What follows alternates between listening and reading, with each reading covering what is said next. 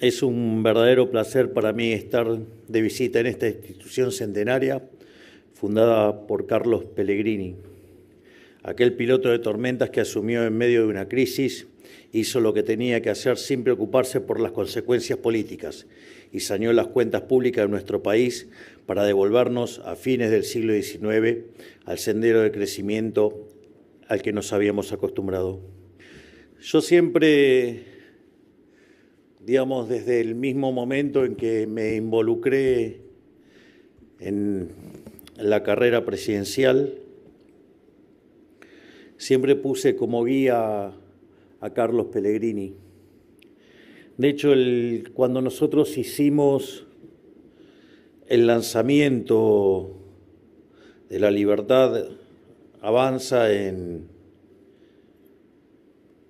lo que fue nuestra carrera hacia la banca de diputados, fue cuando justamente asumía el doctor Carlos Pellegrini como presidente en el medio de una crisis. Y aquel día dijimos que ese día comenzaba el proceso de la reconstrucción nacional, que era el momento en el cual íbamos a empezar a dar los primeros pasos para volver a ser a la Argentina grande nuevamente. Y siempre fue una inspiración, porque Pellegrini hizo lo que había que hacer. Y eso en aquel momento era bastante más complicado porque los tiempos a los cuales viajaba la información hacía que hacer las cosas que había que hacer se pagaran costos más altos. Y yo recuerdo que cuando Pellegrini deja el cargo, decide salir por el Congreso, vivía a pocas cuadras del Congreso, y uno de sus asistentes le dice: don Carlos, no salga por acá porque hay gente que está enojada. Y Pellegrini decide ajustarse su chaqueta, se pone la galera, toma el bastón y sale caminando por donde tenía que salir caminando. Y obviamente que en esos metros no le dijeron cosas muy simpáticas. Sin embargo, la historia lo recuerda como el piloto de tormentas. Entonces, esto quiere decir que nosotros venimos a hacer lo que hay que hacer independientemente de las cosas que se digan en el corto plazo. Afortunadamente a nosotros la suerte nos está trayendo mejores resultados aún de corto plazo.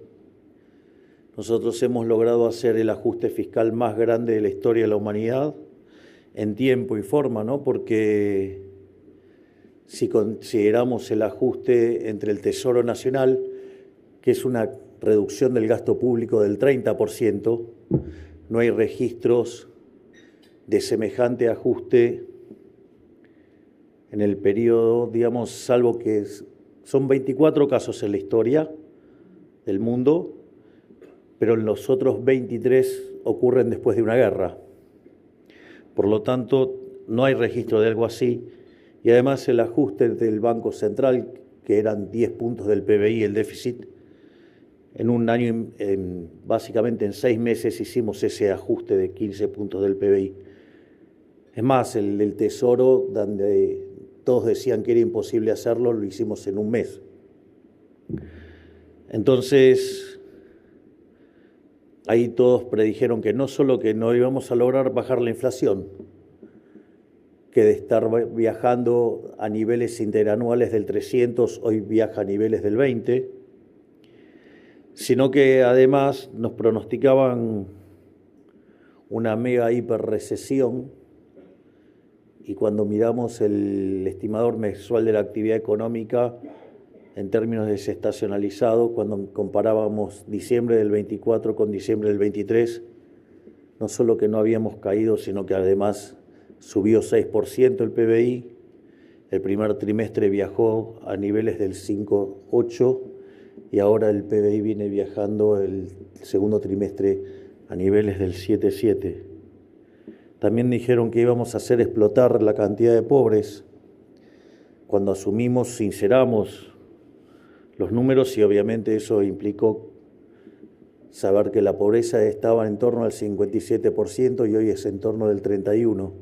Es decir, que los desalmados y descorazonados liberales sacamos de la pobreza a 12 millones de seres humanos y dentro de esos 12 millones de seres humanos que sacamos hay 2,5 millones de jóvenes y niños que salieron de la pobreza. Vaya que está funcionando la Ciudad de la Libertad.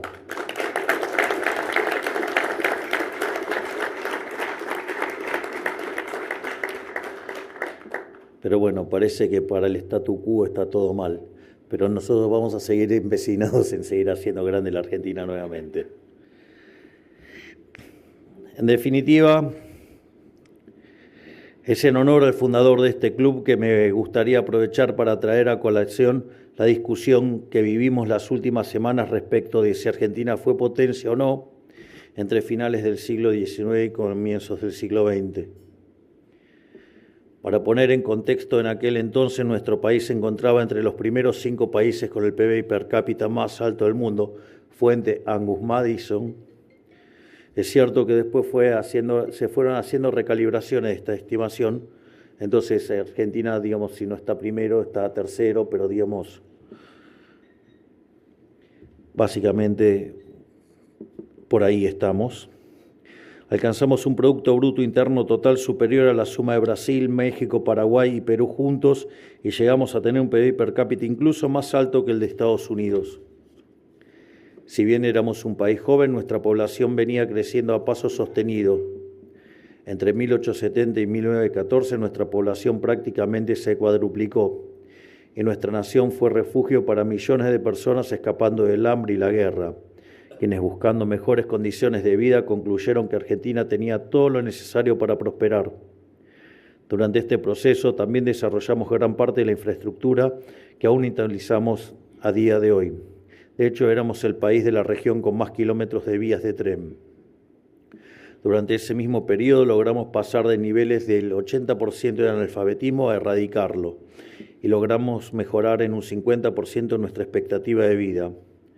Buenos Aires se convirtió rápidamente en la primera capital cosmopolita de América Latina y Argentina se convirtió en protagonista en el Concierto de las Naciones.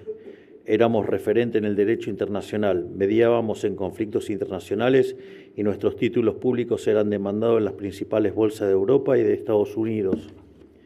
Y por si fuera poco, aún contábamos con vastas tierras vírgenes y recursos para ser explotados, al igual que ahora. Es decir, hace 100 años contábamos con el mismo oro, el mismo petróleo, el mismo cobre y el mismo campo fértil que hoy en día. ¿Y por qué sucedió esto de esta forma? Porque estábamos abrazados a una verdad elemental, que tener un Estado chico era lo mejor para tener una sociedad civil pujante.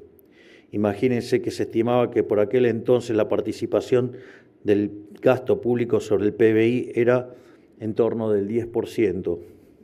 Y en los últimos años llegó a ser cerca del 45% sobre el PBI, una verdadera aberración que nosotros hemos empezado a corregir y que hoy está en 35%. Es más, el último dato de lo que tiene que ver con la participación del sector público nacional está en el nivel más bajo desde 2007, vaya que hicimos un tremendo ajuste que no es acompañado ni por las provincias ni por los municipios que siguen manteniendo los mismos niveles en términos del PBI desde el momento en que asumimos. Es decir, ha habido motosierra en Nación y no está siendo acompañado ni por las provincias ni por los municipios. Y es más, en algunos casos, algunos perversos, frente a las bajas de impuestos que hacemos nosotros, porque también hay que contarlo, el año pasado eliminamos impuestos por el equivalente de más de 2 puntos del PBI. Algunos perversos aprovechan esas bajas que nosotros hacemos a nivel nacional para subir los impuestos a nivel provincial o a nivel municipal. Ese periodo no solo se destacó por tener una sociedad civil pujante, sino también especialmente por tener una élite social y económica a la altura de la época, que era punta de lanza del crecimiento nacional. Sin ir muy lejos, tanto Pellegrini como el Jockey Club son un claro ejemplo de esto que digo. Sin embargo, este sendero de crecimiento virtuoso se detuvo cuando se reemplazó al modelo de la libertad por el modelo del Estado presente, un modelo que no hizo más que poner el carro delante del caballo, drenando a nuestra sociedad de recursos en lo económico, mientras que en lo cultural se propuso reemplazar a los hombres de iniciativa privada por la iniciativa estatal y fracasó estrepitosamente. Esto derivó en la creación de la famosa casta, que fueron los que año a año intentaron reemplazar a la sociedad por el Estado. Donde antes teníamos élites soñadoras que invertían y arriesgaban para crear soluciones innovadoras, sabiendo que podrían disponer del fruto de su trabajo, pasamos a tener amigos del poder enquistados en modelos comerciales dependientes de la coerción y sus cotos de casas. Donde antes teníamos una cultura del esfuerzo en la que el estudio y el trabajo eran protagonistas, pasamos a tener una cultura del desgano donde se bajaron sistemáticamente los estándares escolares, al punto de anular la repitencia, y donde la palabra trabajo quedó tergiversada en ir a calentar una silla a la municipalidad. Donde antes teníamos una clase alta capaz de obras filantrópicas sin precedentes, pasamos a tener un Estado incapaz de comprar un tomógrafo y así podemos seguir enumerando por días. De hecho, hay un libro maravilloso de nuestro máximo referente de las historias de las ideas de la libertad, que es el doctor Alberto Venegas Lynch hijo, junto a otro gigante de las ideas de la libertad, que es Martín Krause, que tiene un libro maravilloso que se llama En defensa de los más necesitados.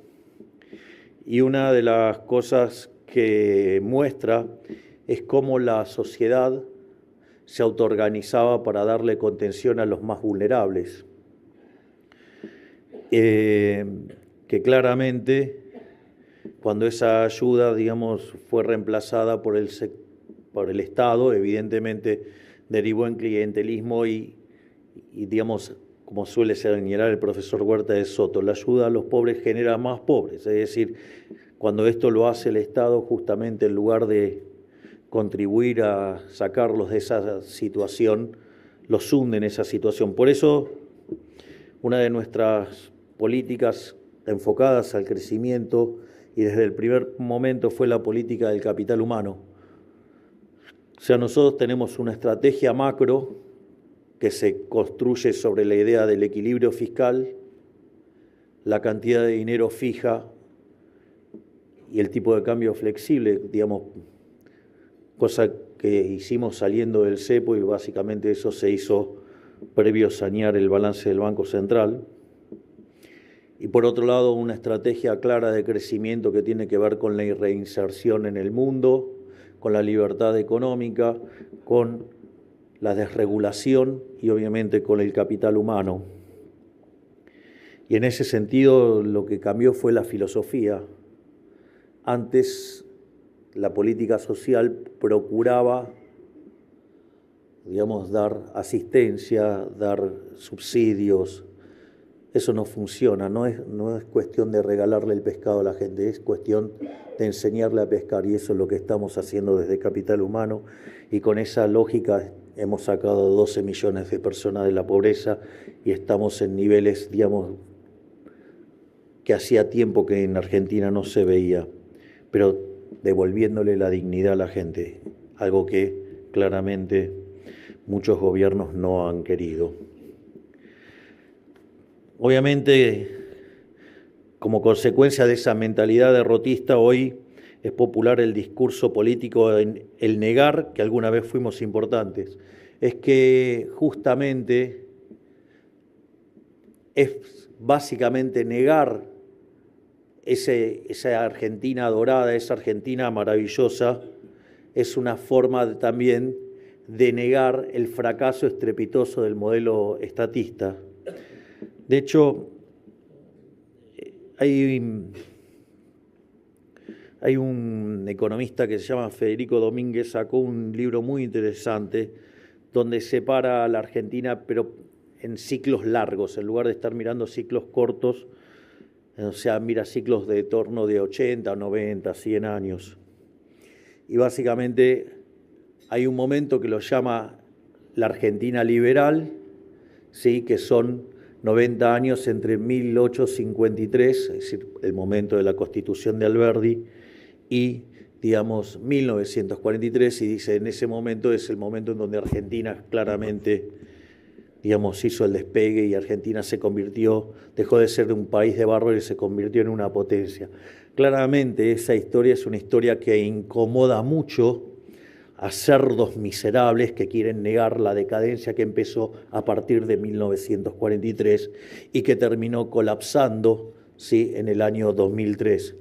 Porque no se olviden que estábamos al borde de una hiperinflación, teníamos pasivos remunerados en el Banco Central por el equivalente a 4 bases monetarias, teníamos deuda en pesos venciendo, digamos, en el lapso de 3 meses por el equivalente a 9 bases monetarias, es decir, que hubiéramos multiplicado en menos de 3 meses la cantidad de dinero por 14.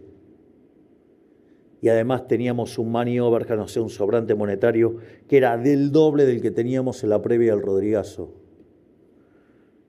Recuerden que en el Rodrigazo la inflación se multiplicó por 6, por lo tanto, si teníamos el doble, digamos, podíamos multiplicar por 12. Entonces, multiplicar por 12 como caída de la demanda de dinero, multiplicar por 14 por expansión de la oferta, claramente. De hecho, el propio Ariel Korenberg hizo el cálculo alternativo y el que a mí me daba 17.000, a él le da 18.000, así es que, digamos, básicamente eso era lo que nos enfrentábamos y hemos logrado domar la inflación sin expropiaciones, es decir, hemos respetado el derecho de propiedad. Toda la limpieza que se hizo del balance del Banco Central, nosotros no hicimos un plan Bonex. Nosotros lo limpiamos a mercado, lo hicimos respetando el derecho de propiedad, algo que básicamente va a quedar en todos los libros de texto de la historia de semejante tarea hecha, digamos, no solo por el enorme ministro de Economía que tengo, que es Toto Caputo, su vice, digamos, José Daza, digamos, sino también por lo que el trabajo conjunto entre el Banco Central de Santiago Bausili y Pablo Quirno desde Finanzas.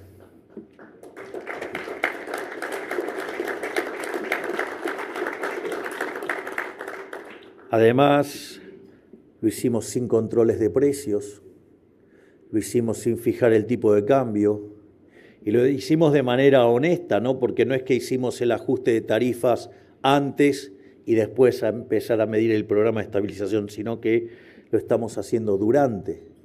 De hecho, si ustedes, por ejemplo, toman el último dato de inflación minorista, ¿sí?, de 1,6, si ustedes miran bien, ya vienen al 0,8, es decir, que hoy la inflación, digamos, ya baja, digamos, viaja en torno al 12%, y si miran el tema de las canastas de alimento o las canastas, digamos, de lo que tiene que ver con la canasta que determina la pobreza, estamos de niveles de inflación en torno al 7-8%, que falta mucho sin lugar a dudas, ¿sí? Porque no voy a descansar hasta que la inflación sea cero, pero que hicimos mucho también es cierto. Entonces, imagínense que de ese modelo nos hubiera dejado no solo una hiperinflación, nos hubiera dejado por lo menos 90% de pobres, y eso lo quieren tapar, digamos, no quieren, negando la grandeza que tuvimos durante el siglo XIX e inicios del siglo XX, es una forma de ocultar el enorme fracaso, en especial cuando lo hacen esas basuras con título de historiador, que lo que quieren hacer es ocultar el fracaso de la ideología que esconden y por eso fuerzan los datos. Por eso digo, siempre creen que tienen el derecho de reescribir la historia. Pero nosotros le contestamos como decía Mises: mientras ellos sigan repitiendo sus mismas mentiras, nosotros vamos a seguir repitiendo nuestras verdades.